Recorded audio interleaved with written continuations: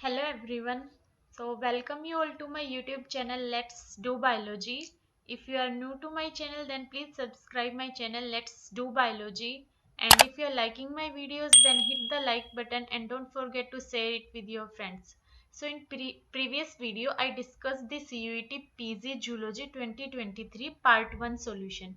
In that video I discussed the question from 25 to 50 number, and in this video I will discuss further 25 questions from 51 to 75.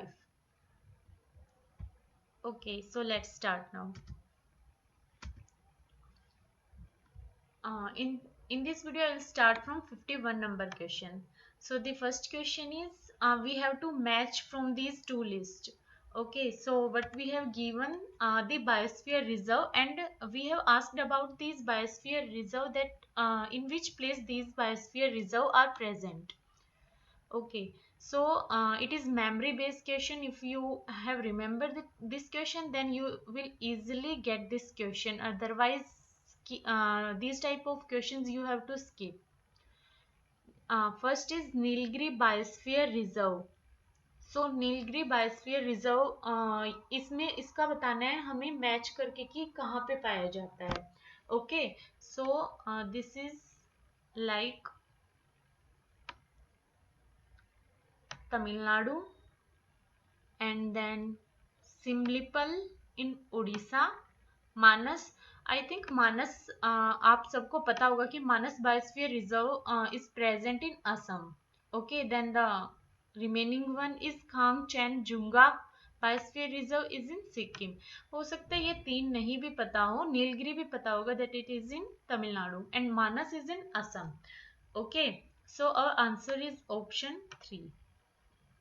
So move to next question.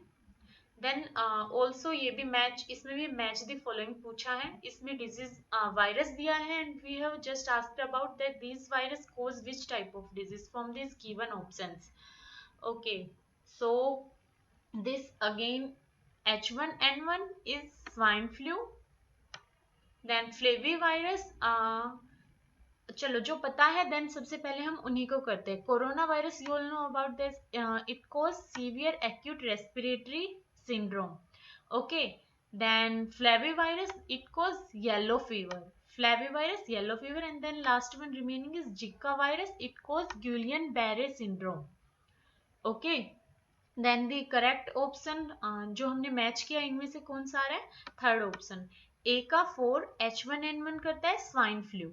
Okay, ये mainly birds में होता है. ठीक है, then B flavivirus is in cause yellow fever, coronavirus severe acute respiratory syndrome, and last one is Zika virus, this causes Guillain-Barré syndrome. Then next question is, ये genetic से है. The separation of two different alleles from each other during gamete formation in a heterozygote follows. तो जो different Mendelian laws है उनमें से हमें एक स्टेटमेंट दिया है और पूछा है कि जो ये स्टेटमेंट है ये कौन से लॉज को, मेंडेलियन लॉज के बारे में बोला गया है. सो इसके लिए सबसे पहले आपको मेंडेलियन लॉज के बारे में पता होना चाहिए. Law of dominance, law of segregation and law of independent assortment. Okay, सबसे पहले लॉ ऑफ यूनिट फैक्टर्स हम मेनली जो हमारे गैमीट होते हैं उसके लिए यूज करते हैं. लाइक हमारे पास एक गैमीट में सॉरी ये है जीन, इसमें दो एलील प्रेजेंट है. ओके, ये एक सिंगल यूनिट फैक्टर है A, and then other is different unit factors. Law of segregation क्या बोलता है कि गैमीट फॉर्मेशन के टाइम एलील्स अलग अलग हो जाते हैं. अभी ये ए साथ थे एक जीन में, तो सेग्रीगेट हो जाएंगे जब एलील फॉर्म होगा. ओके, दो डिफरेंट एलील अलग अलग हो जाते हैं जब गैमीट फॉर्मेशन होता है, क्योंकि गैमीट की प्लॉइडी होती है एन. सो उसमें एक सिंगल एलील प्रेजेंट होगा. ये हमारा लॉ ऑफ सेग्रीगेशन बोलता है. देन लॉ ऑफ डोमिनेंस में आता है कि हमारे पास अगर डोमिनेंट और रिसेसिव कंडीशन है तो उसमें, और हेट्रोजाइगोट लगा लो, होमोजाइगस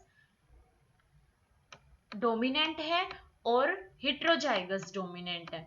बट हिट्रोजाइगस में जो डोमिनेंट एलील है वो अपने आप को एक्सप्रेस करता है, और जो फिनोटाइप रिसेसिव एलील का है वो ब्लेंड हो जाता है इसके अंदर। इसमें ओनली हिट्रोजाइगस अपने फिनोटाइप को शो करता है। Okay, this is law dominance and then further is law independent assortment की जो जब हमारे पास डिप्लॉयड कंडीशन, जब डिप्लॉयड कंडीशन में हम देखते हैं तो जो सेग्रीगेशन होता है वो इंडिपेंडेंटली, जो गैमीट है वो इंडिपेंडेंटली असोर्ट होते हैं। ओके, सो हमसे क्वेश्चन में क्या पूछा है, separation of two different alleles from each other during gamete formation. ये वही पूछा है कि गैमीट फॉर्मेशन के दौरान जो एलिल्स है वो सेपरेट हो जाते हैं हेटेरोजाइगोट में, तो वो किसको फॉलो करें, लॉ ऑफ सेग्रीगेशन, कि वो सेग्रीगेट हो रहे हैं। Okay, so the answer is option 2।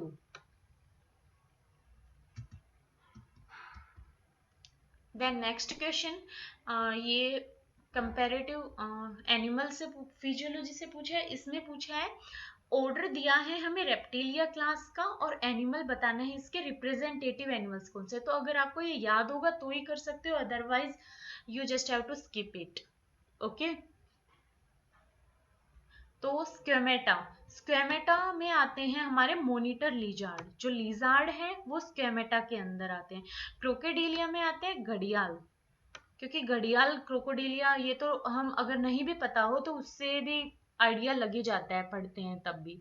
Okay, then next is Chelonia, then it comes in tortoise, Chelonia tortoise में आता है। The rest one is Rhynchocephalia, it comes in tuatara. Okay, ये आसानी से अगर पढ़े होगा, क्लासिफिकेशन पढ़ा होगा तो आपको याद होगा, अदरवाइज नहीं। ओके, सो जो मैच किया है उसके अकॉर्डिंग हमारा आंसर कौन सा बन रहा है, option 4। So the answer is 4 option. Then move to next question. Autoclaving is used as a sterilization technique. The conditions used for autoclaving are, इसमें ऑटोक्लेविंग की कंडीशन पूछी हमसे जो हम स्टेरिलाइजेशन के लिए यूज करते हैं। सो इसमें बस आपको ये याद करने की जरूरत है डायरेक्ट कि इसमें ऑटोक्लेविंग में हम टेम्परेचर एटलीस्ट यूज करते हैं 250 डिग्री फ़ारेनहाइट और 121 डिग्री सेल्सियस, कितने टाइम के लिए, for 30 to 60 minute. Okay, so कौन सा ऑप्शन आ रहा है इसमें, this option is correct, 121 degree Celsius. और अगर फ़ारेनहाइट में पूछा जाए then it will be 250 degree Fahrenheit, और अगर टाइम पूछा जाए तो 30 to 60 minutes. Okay, so the answer is option 3।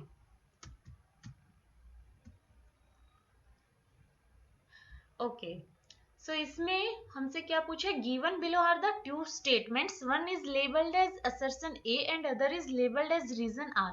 इसमें एक असर्शन दिया है और एक रीजन दिया है उस स्टेटमेंट के लिए, और बताना है हमें कि जो रीजन दिया है इस असर्शन के लिए वो करेक्ट है या नहीं। तो सबसे पहले देखने की ये जो स्टेटमेंट दिया है इटसेल्फ दीज आर करेक्ट और not. Okay, so let's read this. During cell gel electrophoresis DNA moves from anode to cathode.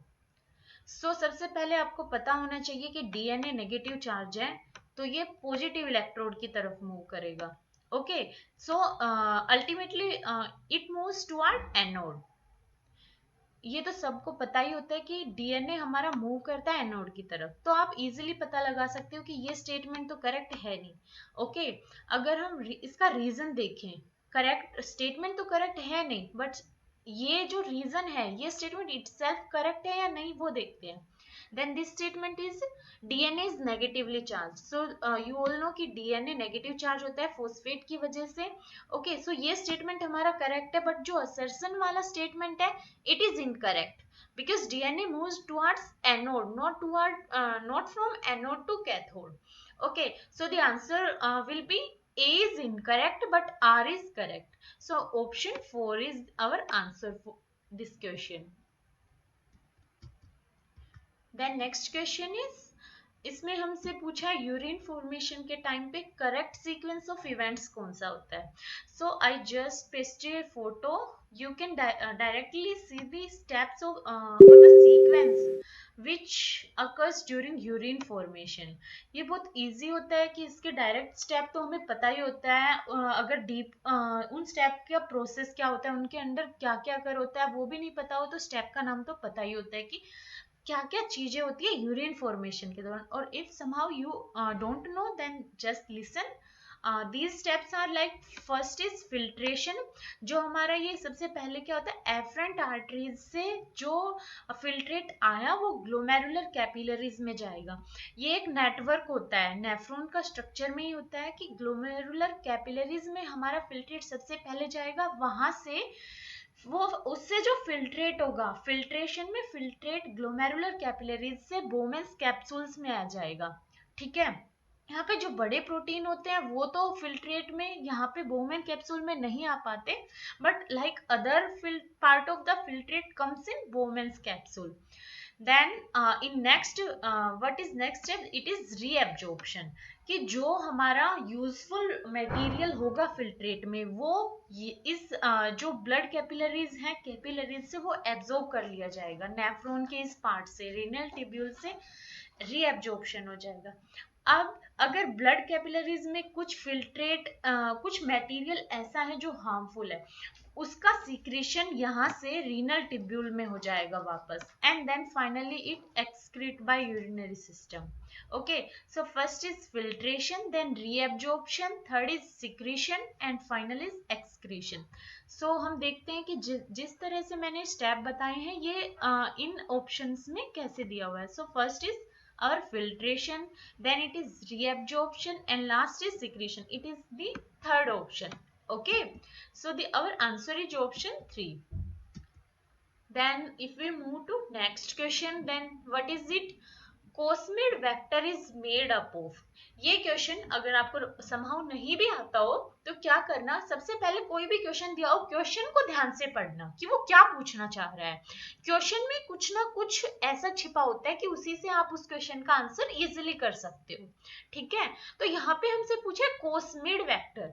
अब ये बना है कोस और मिड, दो वर्ड से बना है। मिड का तो हमें पता चल रहा है प्लाज्मिड, कोस। अब ये कोस क्या होता है कि लैम्डा फाज का जो डीएनए होता है ना, उसमें एंड पर कोस साइट होती है। ठीक है, कुछ स्पेसिफिक न्यूक्लियोटाइड पार्ट होता है जो उनका स्टिकी होता है। ठीक है, जो स्पेसिफिकली लैम्डा फाज में प्रेजेंट होता है उनको हम कोस साइट बोलते हैं। सो अल्टीमेटली हमने इसी से पता लगा लिया कि ये किसका बना होता है, कि एक तो बैक्टीरियल प्लाज्मिड का। देखो और किस ऑप्शन में दिया, इसमें दिया हुआ है बैक्टीरियल प्लाज्मिड, लेकिन इसमें अदर दिया हुआ है बैक्टीरियल फर्टिलिटी फैक्टर।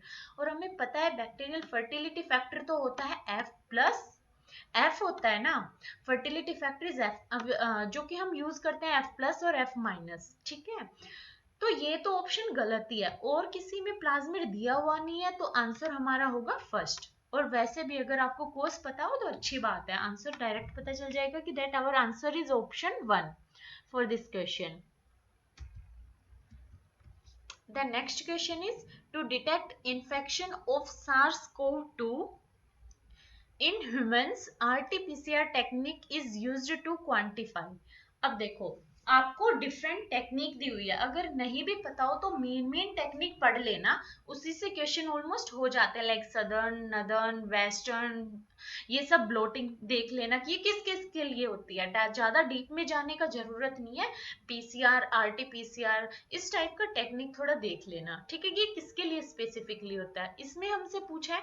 अगर आपको आरटी-पीसीआर का फुल फॉर्म ही पता हो ना तो भी आप इस क्वेश्चन को कर सकते हो। RT-PCR means reverse transcription polymerase chain reaction. अब हम रिवर्स ट्रांसक्रिप्शन कर रहे हैं, तो हम ट्रांसक्रिप्शन किसका कर रहे होंगे, आरएनए का ना, एमआरएनए का कर रहे होंगे, और उससे हम इसमें क्या करते हैं, सीडीएनए बनाते हैं आरटी-पीसीआर में। ठीक है, तो ये रियल टाइम पीसीआर होता है। ओके, रियल टाइम या फिर reverse transcription, whatever you want to call it. Real time होता है कि उसी टाइम हमें उसका जो भी ट्रांसक्रिप्शन होता जाता है, जो एम्प्लीफिकेशन प्रोडक्ट है, हमें उसकी नॉलेज होती है, हमें उसके बारे में पता होता है कि ये कितना अमाउंट में बन रहा है, इसके क्वांटिटेटिव मेजर भी पता चलता है हम इसको, इसलिए हम आरटी-पीसीआर को रियल टाइम पीसीआर बोलते हैं। ओके, सो अभी मैंने बताया कि आरएनए से रिलेटेड है, तो ऑप्शन में देखते हैं। अब हमारे इसका यूज किया जाता है क्वांटिफाई करने के लिए, क्या करने के लिए, आरएनए कि आरएनए कितना है हमारा, उसी से हम सीडीएनए बना रहे हैं, तो अल्टीमेटली हमें अपने आरएनए के बारे में पता चलेगा ना। और देखते हैं कि कौन से ऑप्शन में ऐसा दिया हुआ है। Surface proteins of SARS-CoV-2, RNA of SARS-CoV-2, yes, this is given in option second की RNA of SARS CoV 2।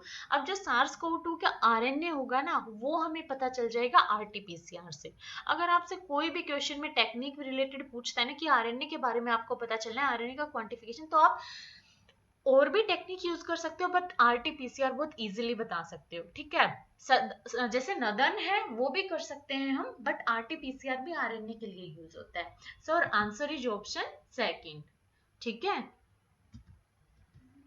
Then move to next question. इसमें भी हमें असर्शन और रीजन दिया हुआ है। सबसे पहले हम ये देखते हैं कि हमारा स्टेटमेंट करेक्ट है या नहीं है। ठीक है, first statement is food chains are short. Yes, हमें पता है कि maximum 5 to 6, almost at least maximum at max 5 to 6 food chains में लेवल होते हैं। ठीक है, और इसका रीजन क्या होता है, क्योंकि हर एक स्टेप पे जब फूड चेन में ट्रांसफर होता है एनर्जी, तो उस time only 10% of energy he transfer हो पाता है और 90% एनर्जी लॉस्ट हो जाता है। इस वजह से फूड चेन हमारी बहुत शॉर्ट होती है। ठीक है, अब हमें इसका रीजन दिया क्या हुआ है, there is loss of 10% of energy at each trophic level. No, this statement is incorrect. हमारे पास लॉस नहीं होता 10% एनर्जी का। देर इज, यहाँ पे लॉस की जगह होना चाहिए था ट्रांसफर, कि there is transfer of 10% of energy at each trophic level, और अगर लॉस दिया है तो यहाँ पे 90% होना चाहिए था, क्योंकि ओनली 10% एनर्जी ही ट्रांसफर होता है। Lindeman law, you must have studied that कि 10% of energy is transferred when it moves from one trophic level to next trophic level. Okay, so ये statement हमारा हो गया incorrect, but the assertion वाला statement is correct. So the answer is option third, that A is correct but R is not correct. So move to next question. We just have to arrange this taxonomic categories from lower to higher level. तो ये तो बहुत easy है, school से पढ़ते आ रहे हैं हम इनको कि कैसे अरेंज करना होता है। लाइक सबसे पहले kingdom, phylum, class, order, family, genus, species. So हम देखते हैं कि इस तरीके से ऑप्शन में कौन से में दिया हुआ है। फर्स्ट इज किंगडम, तो this is C. Okay, phylum नहीं दिया हुआ, क्लास बी, तो ये दोनों तो incorrect. Phylum, class, then order D, इसमें दिया हुआ है। फैमिली ए, देन जीनस नहीं है, species it is. So our answer is option D. Then move to next question, what is this. इसमें भी हमें दो स्टेटमेंट दिया है और हमें बताना है कि ये इसमें से करेक्ट है या नहीं है, जो ऑप्शन दिया हुआ है इनमें से।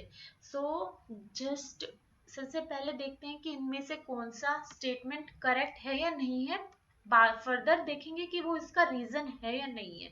ठीक है, सो सबसे पहले फर्स्ट इसका असर्शन क्या दिया है, monkeys and chimpanzees can't meet in present day conditions. Okay, so this statement is correct, क्योंकि ये जेनेटिकली बहुत दूर दूर हो गए। जैसे इवोल्यूशन हुआ तो इनके जीन्स में डिफरेंस हुआ, ये मेट नहीं कर सकते क्योंकि इनका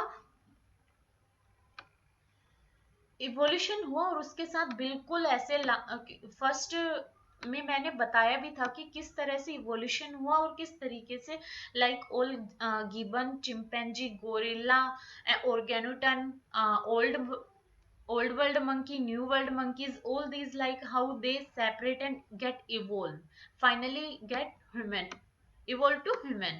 Okay, so ये mate तो नहीं कर सकते, so this statement is correct.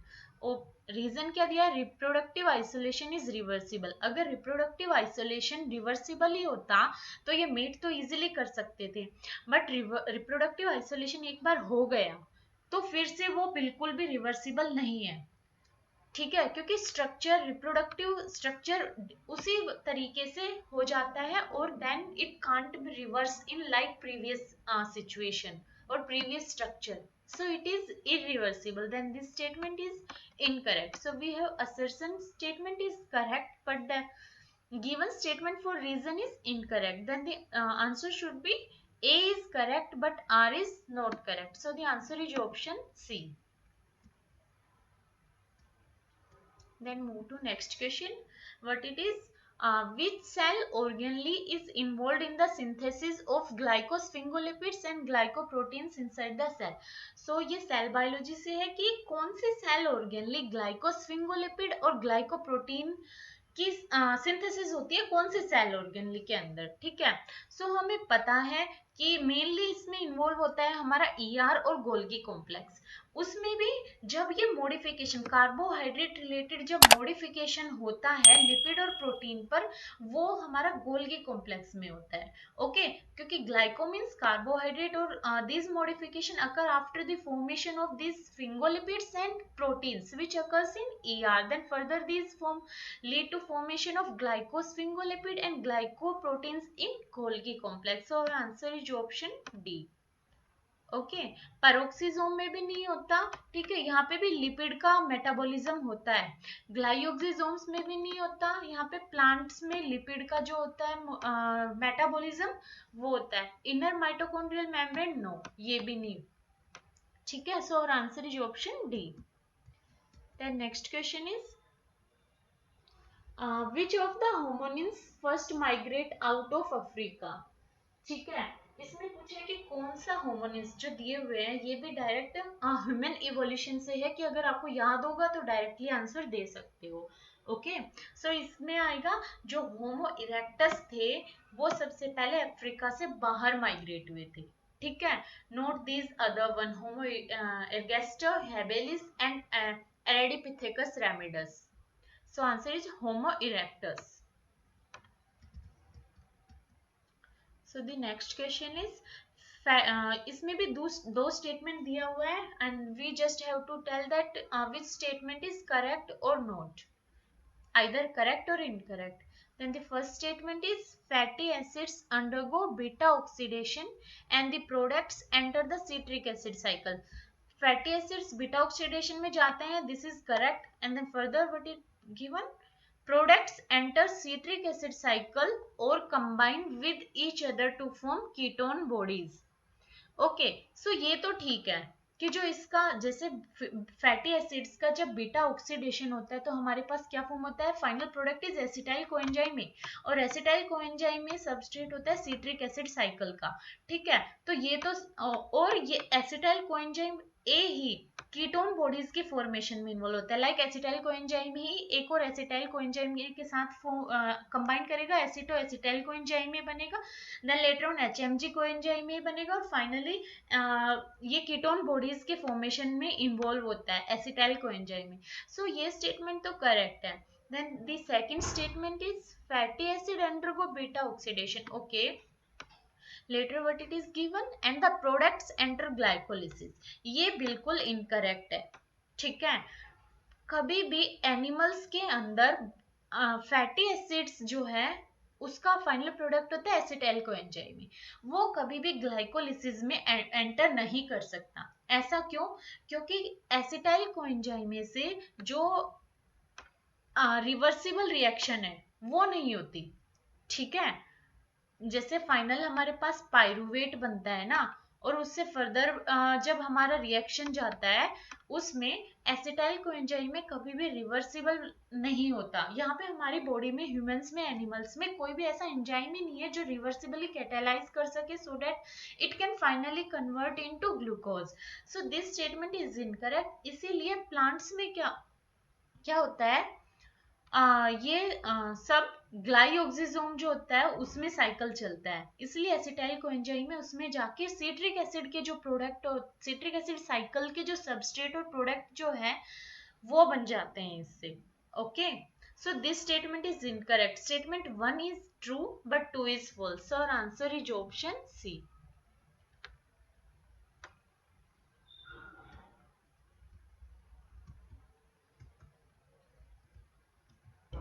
Okay, so ये क्वेश्चन में लाइक इतना वो नहीं है। The hill ranges of Western Ghats of India are rich in biodiversity with tropical evergreen and rainforest. The flora and fauna are unique to the place. Many animal species like Nilgiri tahr and lion-tailed macaque are endemic to this region. जो ये हमें species दी है Nilgiri टहर and lion tailed, ठीक है, ये क्या है इस रीजन में एंडेमिक है। but many bright colored frogs are discovered from this region. We must preserve biodiversity from pollution, hundred and all these. इसमें से हमें बताना है जो नीलगिरी टार है वो क्या है. अब हमको बोला है एंडेमिक स्पीसीज. एंडेमिक में मेनली हम इंक्लूड करते हैं एंडेंजर्ड स्पीसीज. जैसे रेड डाटा बुक में रेड डाटा बुक में 6 डिफरेंट टाइप की स्पीसीज को कैटेगराइज किया है. उनके लाइक कि वो स्पीसीज एक्सटिंक्ट हो गई है और either it is endangered, critically endangered, vulnerable और लिस्ट कंसर्न. डिफरेंट 6 टाइप का स्पीसीज में वो डिवाइड किया है. तो उसमें से हमको दिया भी हुआ है क्वेश्चन में कि that these all are endemic to these regions. So if these are endemic to these regions, then it must be endangered species, not that कि ये क्रिटिकली एंडेंजर्ड है. क्रिटिकली जब हो जाता है जब वो बिल्कुल ही एक्सटिंक्ट के पास आ जाए, मतलब एक्सटिंक्ट होने की कगार पे हो, then it will be critically endangered. Either in this case we will have given that it is endemic, so it must be endangered species. Okay, then next is the drug aspirin inhibits the synthesis of. तो aspirin जो drug होता है वो sorry aspirin drug होता है, ये क्या करता है, एक एंजाइम होता है हमारा साइक्लोऑक्सीजनेज कोक्स. इस एंजाइम को ब्लॉक कर देता है और ये एंजाइम प्रोस्टाग्लैंडिन्स जो है उनके सिंथेसिस में इन्वॉल्व होता है. So indirectly it inhibits the synthesis of prostaglandins. Okay, thrombogens की भी सिंथेसिस को ये इनहिबिट कर देते हैं क्योंकि जो साइक्लोऑक्सीजनेज एंजाइम है वो थ्रोम्बोजेंस की भी सिंथेसिस में इन्वॉल्व होते हैं. So it inhibits the synthesis of prostaglandins. Then the next question is teratogens are. तो देखते हैं हम इनके बारे में. 4 स्टेटमेंट दी हुई है तो बताना है कि कौन सी करेक्ट आंसर है. इन स्टेटमेंट में से कौन सा करेक्ट है टेराटोजेंस के लिए. सबसे पहले तो पता होना चाहिए कि टेराटोजेंस होते क्या हैं. ये टॉक्सिक कंपाउंड होते हैं. ठीक है, तो अब देखते हैं environmental compounds that can alter development. So mainly ये टेराटोजेंस ये टॉक्सिक कंपाउंड होते हैं जो मदर्स में जब बेबी डेवलप हो रहा होता है तो उसको ऑल्टर कर देते हैं, उसके डेवलपमेंट में डिफरेंट प्रॉब्लम कोज कर देते हैं जिससे डिफरेंट डिजीज कोज हो सकती है that in baby. So it alter the development. Then the next statement is act at specific time when certain organs are forming. So वही दे रखा है कि जब डेवलपमेंट हो रहा होता है उस टाइम पर ये organs forming को प्रॉब्लम कोज करते हैं, उस टाइम में एक्ट करते हैं ये teratogens. Specifically the teratogen class includes. Teratogen जो होते हैं डिफरेंट क्लास को इंक्लूड कर सकते हैं like drugs, chemical, viruses, radiations. ठीक है, इसमें डिफरेंट टाइप के होते हैं, बहुत वास्ट क्लास होती है टेराटोजेंस में, इनकी डाइवर्सिटी में. Then the last statement is, ये तीनों स्टेटमेंट तो टेराटोजेंस के लिए करेक्ट है. अब लास्ट स्टेटमेंट देखते हैं that it is heavy metals such a zinc are teratogens. ये तो ठीक है, जो है इसमें दिया भी हुआ है केमिकल्स, ड्रग्स. तो जो ये हैवी मेटल्स होते हैं like zinc, these are teratogens, but lead, mercury are not considered as teratogens. No, it is incorrect. These lead, mercury are also considered as teratogens. So जो ये जितने भी heavy metal होते हैं almost all are considered as teratogens because these are abruptly causing alteration in the development. Okay, so last वाला statement गलत है. We have the correct answer is A, B, C. Then third option is correct. Okay, then the next question is in normal cell. Okay, हमको ये सब दिया हुआ है, ये देख लेना. ये इन सब से ये सेल बायोलॉजी से, ये सेल साइकिल से. इसमें दिया हुआ है कि हम 2 स्टेटमेंट है और बताना है कि कौन सा करेक्ट है और कौन सा इनकरेक्ट है. Continuously dividing cell do not exit the cell cycle but they proceed through G1 S G2 M phase. ठीक है, जब हमारे पास होता है ये 4 फेज तो है ही, हमारे पास एक और होता है G1 फेज. अगर हमारी सेल एक्टिवली डिवाइड नहीं कर रही है तो वो G1 फेज में एंटर कर जाती है और वहां पे वो रेस्ट करती है, इसलिए हम G1 G0 फेज को रेस्टिंग फेज भी बोलते हैं. ठीक है, okay. So continuously dividing cell तो एग्जिट नहीं करती और वो प्रोसीड करती है, तो this statement is correct. Then the next statement is cancer cells are unable to enter G0 phase. इसका रीजन यही है कि कैंसर सेल कंटिन्यूसली डिवाइड क्यों करती है, क्योंकि वो सिर्फ इन 4 फेज में एंटर करती है और फिर से अगेन रिपीट करती है साइकिल को एंड अगेन रिपीट करती है, इसलिए वो G0 फेज में, जिसको हम रेस्टिंग फेज बोलते हैं, उसमें एंटर नहीं करती। इसीलिए इस कैंसर सेल में कंटिन्यूसली डिवीजन होता है और इतना फास्ट वो ग्रो करती है। ठीक है, सो ये स्टेटमेंट भी करेक्ट है और सेकंड भी करेक्ट है। So both 1 and 2 statement are correct. The next question is, in this question also we have given 2 statements and we just have to tell कि कौन सा स्टेटमेंट करेक्ट है and which is incorrect. So first statement is a circadian rhythm can't be entrained. Circadian rhythm होता है हमारा जो 24 our cycle होता है, वो रिदम के अकॉर्डिंग चलता है कि हम एंट्रेंड होते हैं, हमको पता होता है हमारी बॉडी में कि किस अकॉर्डिंग हमारी बॉडी को चलना है, वो एंट्रेंड हुई होती है पहले से ही। ठीक है, लाइक ऑल द कंडीशन के अकॉर्डिंग, टाइम के अकॉर्डिंग, टेम्परेचर, जितना भी कंडीशन है ये इन ठीक है, इनके अकॉर्डिंग एंट्रेंड होता है, बट इसमें दिया हुआ है circadian rhythm can't be entrained, so this is incorrect. इनको हम जेट गैबर बोलते हैं, जो ये डिफरेंट टाइप के कंडीशन होती है, temperature, time, all these. Okay, so इनके अकॉर्डिंग हमारा सर्केडियन रिदम एंट्रेंड होता है और वो उसी के अकॉर्डिंग चलता है। Hormone melatonin regulate circadian rhythms, yes, जो मेलेटोनिन हार्मोन है, ठीक है, जो नाइट के टाइम पर होता है मोस्टली, ठीक है, ये हमारी सर्केडियन रिदम को रेगुलेट करता है। तो ये स्टेटमेंट करेक्ट है, बट फर्स्ट इज इनकरेक्ट। तो fourth answer option 4 is correct. In this question what we have asked, इसमें भी हमको कंडीशन कुछ दिया है, तो हमको आंसर बताना है। Some frog such as poison dart frog exhibit bright coloration which serves as a warning signal for its predator, it is known as. ये डायरेक्ट स्टेटमेंट है एपोजमेटिज्म के लिए। इसमें क्या होता है कि कोई भी ऑर्गेनिज्म, कोई भी एनिमल अपनी बॉडी को ऐसा ब्राइट कलरेशन दे लेता है कि वो कोई भी, लाइक लगा लो ग्रीन कलर है एक फ्रॉग का और वो पॉइजनस है, ठीक है, एंड दी अदर एक और फ्रॉग है हमारे पास, वो पॉइजनस नहीं है, बट अपने आप को वो भी इतना कलरिंग दे लेगा ग्रीन कलर, लाइक, तो अदर ऑर्गेनिज्म को लगेगा कि ये भी पॉइजनस है, ठीक है, एंड जो नॉन पॉइजनस ऑर्गेनिज्म था उसने आपको अपने आप को इस तरह से बचा लिया अपने प्रीडेशन होने से, तो इस कंडीशन को हम बोलते हैं एपोजमेटिज्म।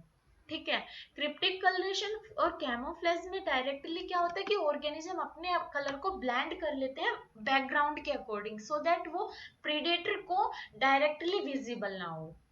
ठीक है, ये इन सब में नहीं आता, इसमें आता है कि वो ब्राइटली कलर देता है कि वो डायरेक्टली दिखे, बट इस तरह से कि वो वार्निंग सिग्नल दे रहा है। ठीक है, एपोजमेटिज्म और इनमें ये डिफरेंस होता है कि इसमें बैकग्राउंड कलर के अकॉर्डिंग देता है और ब्लेंड हो जाता है बैकग्राउंड कलर में। So our answer is option second. Then the next is, okay, इसमें हमको टाइप ऑफ एपिथेलियम दिया है और लोकेशन पूछा है कि कहाँ पे प्रेजेंट होता है। सो ये भी मेमोरेबल क्वेश्चन है कि याद होगा तो then you can attempt it, और either you will get incorrect if you don't just have remembered it. So simple squamous epithelium found in blood capillaries lining. Okay, then the next is simple cuboidal. It is found in kidney ducts and tubules. Then simple columnar, it is in intestinal tract lining. Then the final stratified squamous epithelium in lining of oral cavity. Okay, wait a second. Yeah. So our answer जैसे match किया इसके according हमारा answer होगा second option. Then the next question is, we just have to match these all technique to their application. तो ये तो normally जो application आपको पता होना चाहिए, जो मैंने लास्ट एक क्वेश्चन में बोला भी था वही दिया हुआ है। अगर नहीं भी पता हो तो अभी ध्यान से सुन लेना। ये ऑलमोस्ट हर एक ईयर में रिपीट हो ही जाता है क्वेश्चन। लाइक यहाँ पे मैच द फॉलोइंग करके पूछ लिया, उसमें आपको एक स्टेटमेंट दे देगा और एक टेक्निक दे देगा और बहुत सारे स्टेटमेंट देगा और पूछेगा कि इनमें इस टेक्निक के लिए कौन सा स्टेटमेंट करेक्ट है, और आइदर एक एप्लीकेशन दे दे और डिफरेंट टेक्निक दे दे और फिर पूछे कि एप्लीकेशन कौन सी टेक्निक से है। सो डिफरेंट वे से क्वेश्चन फ्रेम हो सकता है। So just listen carefully. PCR, PCR में क्या होता है, हम अपने डीएनए का एम्प्लीफिकेशन करते हैं, उसको एम्प्लीफाई करते हैं in cell free condition. Okay, so इसमें कौन सी एप्लीकेशन मैच हो रही है, this one. Then next is southern blotting, इसमें हमारा स्पेसिफिक डीएनए मोलिक्यूल्स होता है, हम उसको आइडेंटिफाई करते हैं। ठीक है, तो this one is for this, and then in northern blotting we just identify a specific RNA molecule and it western protein। ठीक है, सो अकॉर्डिंग टू दिस इसमें इस क्वेश्चन में क्या है कि कोई भी आंसर ऑप्शन मैच के अकॉर्डिंग नहीं मिल रहा है। ठीक है, इसमें ये मिल रहा है लेकिन वही कि जो डी है वो सेकंड होगा ना कि थर्ड। सो ये आंसर जो है, ये क्वेश्चन ये ड्रॉप हो गया है, तो ये सबको आंसर मिलेगा इसका। ठीक है, सो डी का सेकंड आंसर होगा। Then the next question is, which of the following enzymes introduce negative supercoiling in prokaryotic DNA? Prokaryotic DNA में नेगेटिव सुपरकोइलिंग, जब हमारा रेप्लिकेशन हो रहा होता है, लाइक इस तरह से रेप्लिकेशन हो रहा है, और रेप्लिकेशन फोक पे जब ये रेप्लिकेशन फोक बनते जा रहा है तो यहाँ पे नेगेटिव सुपर कोइलिंग होते जाएगा। ठीक है, तो उसको हटाने के लिए कौन सा, सॉरी, नेगेटिव सुपर कोइलिंग को इंट्रोड्यूस करने के लिए कौन सा एंजाइम यूज होता है? So it is topoisomerase 2। Second, different type के टोपोआइसोमरेज होता है, but in all this topoisomerase second is involve in introduction of negative super coiling.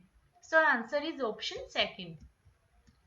Then the last question in this video is, choose the correct sequence involved in transcription and translation process in eukaryotes। हमें transcription और translation के different sequence of events दिए हैं, we just have to arrange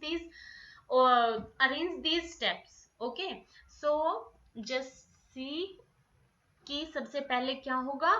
सबसे पहले हमारा लगा लो transcription, सबसे पहले ट्रांसक्रिप्शन हो रहा है, तो ट्रांसक्रिप्शन जब भी होगा तो हमारा आरएनए जो बनता है वो मैच्योर नहीं बनता। ठीक है, उस मैच्योर आरएनए को बनाने के लिए हमारा स्प्लाइसिंग होता है। ठीक है, स्प्लाइसिंग हम बोलते हैं उसको आरएनए प्रोसेसिंग। ठीक है, इमैच्योर से मैच्योर हमारा आरएनए बनेगा एमआरएनए। ठीक है, उसके बाद क्या होगा, जब मैच्योर आरएनए बन गया तो वो न्यूक्लियस को लीव कर देगा और साइटोसोल में पहुंच जाएगा, जहां पे हमारा ट्रांसलेशन प्रोसेस होगा, क्योंकि रेप्लिकेशन और ट्रांसक्रिप्शन न्यूक्लियस में होता है, further protein formation process cytosol में होता है। तो उसके लिए आरएनए को, एमआरएनए को न्यूक्लियर पोर से साइटोसोल में आना होगा। ठीक है, साइटोसोल में आ गया, अब क्या होगा,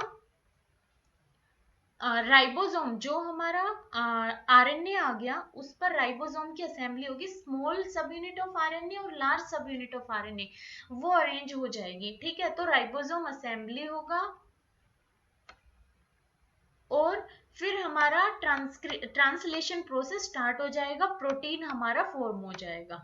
ठीक है, इस तरह से हमारा ट्रांसक्रिप्शन और ट्रांसलेशन प्रोसेस होता है। तो हम देखते हैं कि इन स्टेप्स के अकॉर्डिंग यहाँ पे कैसे अरेंज हो सकता है। तो सबसे पहले तो होगा हमारा ट्रांसक्रिप्शन, देन आरएनए की प्रोसेसिंग और से स्प्लाइसिंग अगर होगा, उसके बाद स्प्लाइसिंग होने के बाद आरएनए न्यूक्लियस को लीव कर देगा एंड साइटोसोल में पहुंच जाएगा, जहाँ पे राइबोसोम की असेंबली हो जाएगी और प्रोटीन हमारा फॉर्म हो जाएगा, लाइक पेप्टाइड बॉन्ड फॉर्मेशन हो जाएगा। So C, B, A, D and E and D, answer is option A। Okay, so for today this now, thank you for watching my video so calmly। So please subscribe my channel, let's do biology, and like my video and share it with your friends। Next video में further एक और part में remaining question को solve करूंगी। Till then take care, bye bye.